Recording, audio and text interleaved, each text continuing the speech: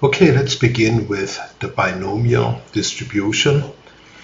And the binomial distribution rests on what is known as a Bernoulli process, named after Daniel Bernoulli, who lived between 1700 and 1782.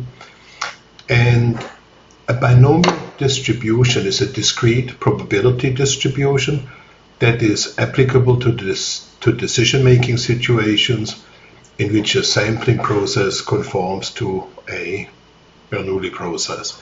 And a Bernoulli process is subject to the following assumptions.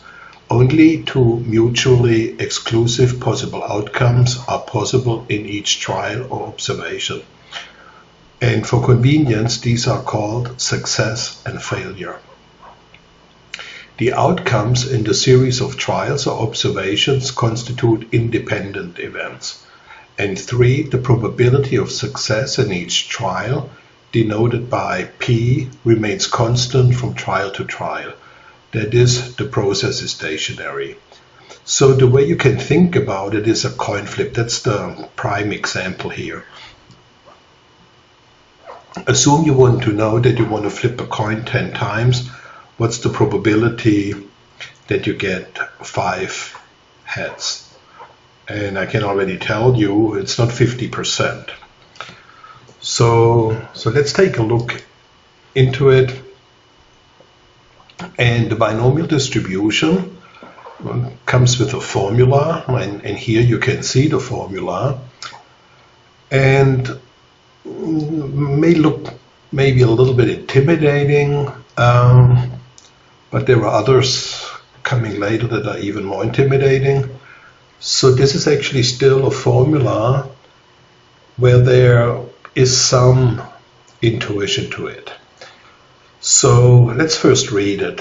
So what that says is, what's the probability of getting X successes in N trials when the success probability P is known?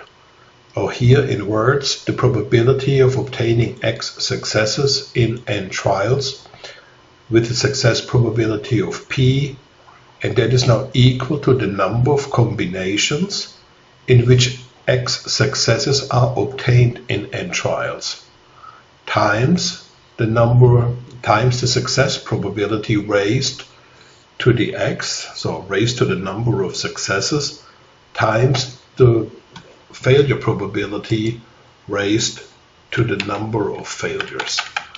And I maybe just want to make that not capitalized. So here it's not capitalized either. So, okay. So let's take a look into it again. So this first term here, that one is the number of ways we can obtain X successes in N trials. And the formula is what we know from the formula of combinations, N factorial over X factorial times N minus X factorial. Then we multiply times the success probability and raise by the number of successes, times the failure probability raised to the number of failures. Okay, so let's do a specific example. And the example is to ask, what's the probability of having 2 girls when having 3 children? And this can be already easily calculated by hand first, and then we can apply the formula. So, but if we want to write that problem, what's the probability of having 2 girls when having 3 children, then we would write what's the probability of having X equals 2, so that this a success, having a girl is now considered to be a success. But of course, every child is a blessing, so it's just for illustrative purposes. And then essentially we have N equals 3 trials. And let's just assume that the probability of having a girl is 0.5. I think it's actually slightly higher. So that is how we would write it. So then the formula would first ask, how many ways are there of having 2 girls in 3 trials? And we write that n, or choose from n x. Okay, let's just focus on this term here.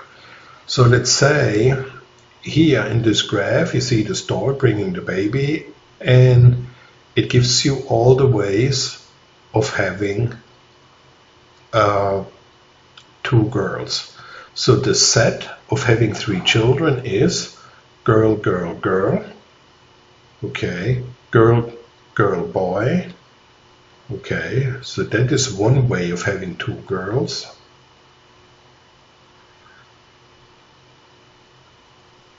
And then we have girl, boy, girl, that's another way of having 2 girls.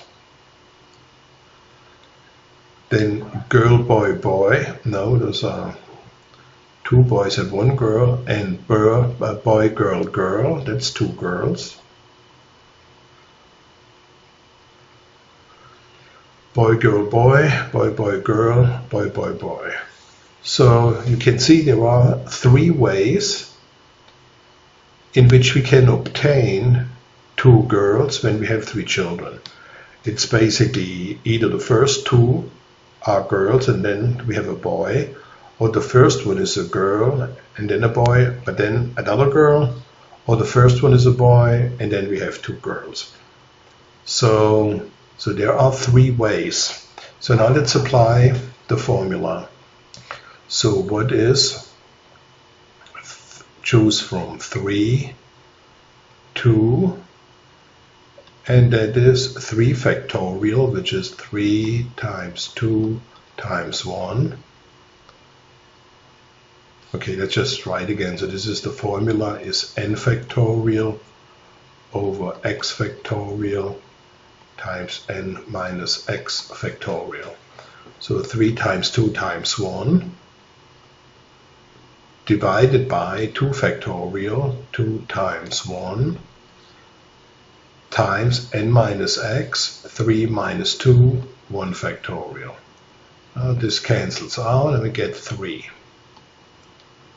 And this is basically telling us there are 3 ways of having 2 girls when you have 3 children. So, okay, so the first term is 3. So this will be 3. So that means because we have 3 ways of having 2 girls when having 3 children, but the total set of ways to have 3 children, that set consists of 1, 2, 3, 4, 5, 6, 7, 8, or 2 raised to the 3. So that tells you that there is a total of 8 ways to have 3 children, and 3 out of those 8 ways gives you 2 girls. So the probability that we should arrive at should be 3 over 8. So this is what we should get. And this is what the formula does. So next, we multiply times the success probability of having a girl and raise it to the number of successes, which in this case the number of girls, which is 2, times the failure probability, 1 minus p, raised to the number of, in quotation marks, failures. So this case those are boys, raised to the 1. Okay, so now we can write this is equal to 3. The success probability is 1/2, but then we square it, so that becomes 1 over 4, times the failure probability is also 1/2, So we get 3 times 1 over 4 times 1 over 2, which is indeed 3 over 8. Okay, and here we have it again in the bottom 2. So you see the binomial formula, it looks a little bit complicated, but there's still some intuition in it that we can identify, and that's not always the case. Later formulas become a little bit less intuitive. But anyhow, the focus is on applying and identifying the problems the right way. So next let's turn to the cumulative binomial distribution. So in the previous example we asked what's the probability of having 2 girls when having 3 children. And that was not cumulatively. Cumulatively would mean if we ask what's the probability that when we have 3 children that we get up to 2 girls. And that would then involve the probability of getting no girl, or 1 girl, or 2 girls. So this is essentially the addition rule of the probability rule. So we ask what's the probability of getting either 0 girls, or 1, or 2. And then it becomes cumulatively. So, and this is what we derived here. What's the probability? That's another example. So, what's the probability of getting no more than 3 heads in 6 tosses of a fair coin? Okay, so now this is a new problem set. So now we no longer anymore look at the babies and the stork, but we flip a coin 6 times. And we want to know what's the probability that we get 3 or less heads. And so what we do is we first calculate the probability that we get 0 heads. Okay, so there is only one way of getting 0 heads, which is you get 6 times tail. And then we do 1 over 2 raised to the 0 times 1 over 2 raised to the 6. And then we continue, and then we calculate the probability of getting 1 head in 6 trials. It's the same formula, plus getting 2 plus 3. And if we do that, we get 0.656. Okay, so one way to see the 0.656 is actually to look up that result in a cumulative probability distribution table, which you see here, and I hope you can see it. So you can see here in the first row essentially the probability for success. And so in our example, that was 0.5. So we have to look for the very last column. And then in the first column, we have n equals 6. That is our example. Okay, so that is the number of trials. So we flip a coin 6 times. And then it says what is, then we have the information, what if we have 0 successes, 1, 2, or 3. So, because we had it cumulatively, we have to go to the column which is 3, which is the 1, 2, 3, 4 from the top. 1, 2, 3, 4. And then, I don't know if you can see it, but this value here, that is the 0.6563 from actually here, and it is actually 1.6563. So, okay, I don't think anybody still uses those tables super often, I think it is more common now to use Excel. So let me show you how to solve this problem in Excel. And yeah, so let me open Excel. Okay, so let's stay with this example and let's create a column where we have the number of successes when we want to flip a coin 6 times. So we can have 0 successes, 1, 2, 3, 4, 5, or 6. Okay, so now we want to know what's the probability.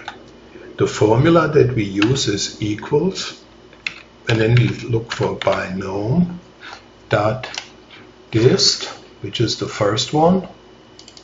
We double click, and then you can see Excel already prompts you to enter the number of successes. Okay, so the number of successes, I want them to be first 0. Then the number of trials, well, 6, I flipped the coin 6 times. What's the success probability? 0.5. And then the question is, do I want it cumulatively or not? And first, I don't want it cumulatively, and I want it to be 0. Okay, so now if you flip a coin 6 times, the probability of getting 0 heads would be 1.5% roughly. And the probability of getting exactly 1 head is 9%, getting 3, 31%. Okay, so that's the probability of each event. Probability. Okay, when we ask the question for the cumulative probability,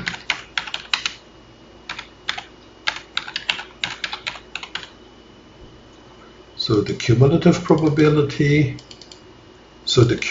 probability is cumulatively getting 0 heads. Well, that is cumulatively the same as the probability of getting 0 heads. Okay, but when I want to know what's the cumulative probability of getting 1 head, that includes now the probability of getting no head and 1 head. So then this is equal to the previous plus the probability of getting 1 head. So now what's the cumulative probability of getting 2 heads? Well, that's the probability of getting 0 or 1 or 2. Okay, so now I can highlight again the previous cumulative, which is the probability of getting 0 or 1, and I add again the next one. So now the cumulative probability of getting 2 heads in 6 coin tosses is 34%. So that's the probability of getting no head or 1 head or 2 heads. Okay, so now we always do the same, and I'll just copy down that formula, and the last value is 1. So that just tells you, well, the cumulative probability that you get 6 heads, well, that is 1, because it is the probability that you get none, 1, 2, or 3, or 4, or 5, or 6. So that includes all possible outcomes. So we can see the last category, which is like 6 heads, that is cumulatively 1. And the sum of all those individual probabilities is also 1. And you can see that here in Excel, the sum is 1. So, and that is a fundamental characteristic of every probability distribution, that any probability distribution needs to sum up to 1. Okay, so let's do another quick exercise, and let's take a closer look at different probability distribution. But I want to stay with the example of a coin flip, and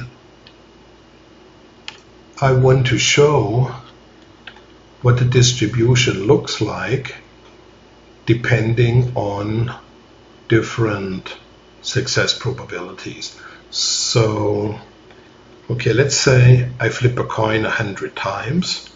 So the number of successes can range from 0 to 100. So I create a column that has a step value of 1 and ends at 100. And now I want to know the probability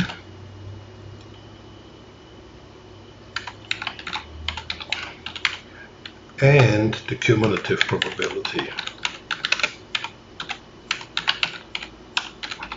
And then I want to draw that. Cumulative probability.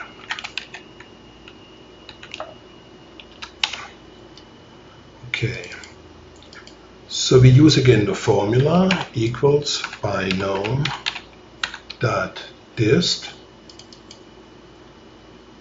Okay, the number of successes, 0. The number of trials is 100.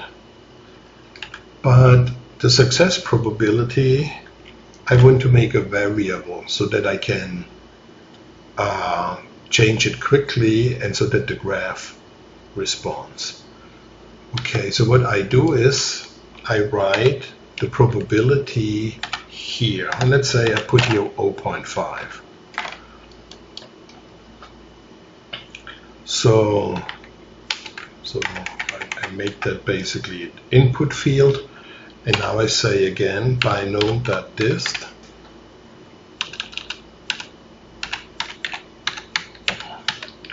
Binom.dist. Number of successes 0. Number of trials, that's 100. But the success probability I pick up here. And now because I want to copy down that formula, I want to avoid that this 0.5 is being copied down. I'll just fix it with F4. And no, I don't want it cumulatively, so I put in a 0. But next to it, I want it to be cumulatively. So I use the formula binom.dist.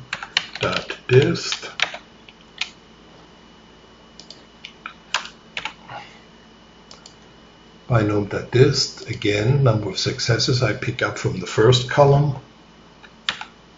Number of trials, 100. Success probability I'll pick up here. F4 to fix it, but now I want it cumulatively. Well, again, for 0 it's the same value, but now I copy down that formula. So I highlight everything until the last row, and then I press Ctrl D to copy down. And those are difficult to read numbers because they have lots of zeros. But let me see if I can maybe say that the number is supposed to have maybe 25. Okay. Okay, we can see maybe, let's say 30. Okay, so now we can already see a little bit what those probabilities are. Okay, so now let's take a look at what they look like. And I first do the probability for not the cumulatively one, so it's just a regular probability density function. Go to Insert, Recommended Chart, and it looks pretty nice. Okay, and I can paste it here.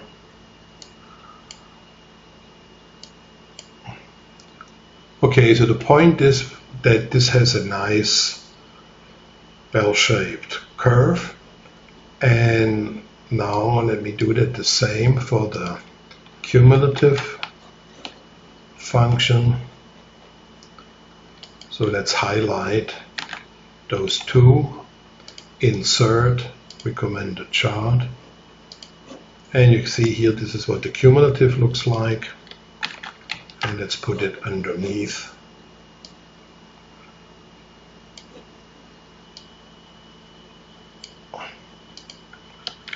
Okay, cumulative probability, so make it a little bit smaller.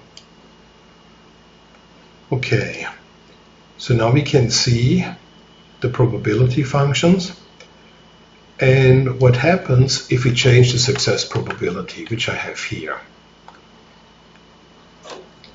And if I change it to, for example, 0.1, so now you can see that now the mean of the binomial distribution is above 10, because that's the mean. N times the success probability. That's the expected frequency. And when it comes to the, so we have the mean here at 10, where the peak is. And you can see the cumulative frequency also starts already leveling out at 1 much earlier. Well, if the success probability were very low, maybe 0.8, I mean very high, then the mean, the expected frequency would be 80 heads in 100 coin flips, and you can see that the cumulative probability function starts to increase much later. So what's important here is to acknowledge, and we will do that later, that we can get a certain expected frequency, and that expected frequency is n times p.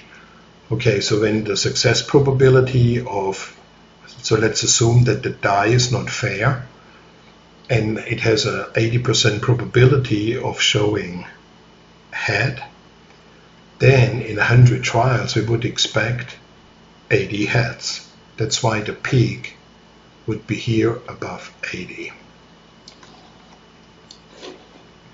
So if we go back again, we can say that the expected value in 100 trials is, I call that the mean, I just abbreviated also X bar. That would be n times p. So if you flip a coin 100 times, the success probability is 0.5. We would expect 50 heads. Then, of course, that also has a standard deviation and a variance. And I'll just write that here. So the variance happens to be n times p times 1 minus p. So in this case, the variance would be, if we have 100, so let's assume n is 100, success probability 0.5, then the variance would be n times p, 50 times 0.5, 25, and the standard deviation of that distribution, sigma, would be the square root of n times p times 1 minus p. Okay, so those are characteristics, and I think we will get back to those later when we talk about the normal distribution, and we use the normal distribution to approximate certain probabilities associated with the binomial. Okay, so but at this point I think we have a good idea of what the binomial distribution does, and how it calculates the various probabilities. So let me stop here, and then let's continue in the next video with the Poisson distribution.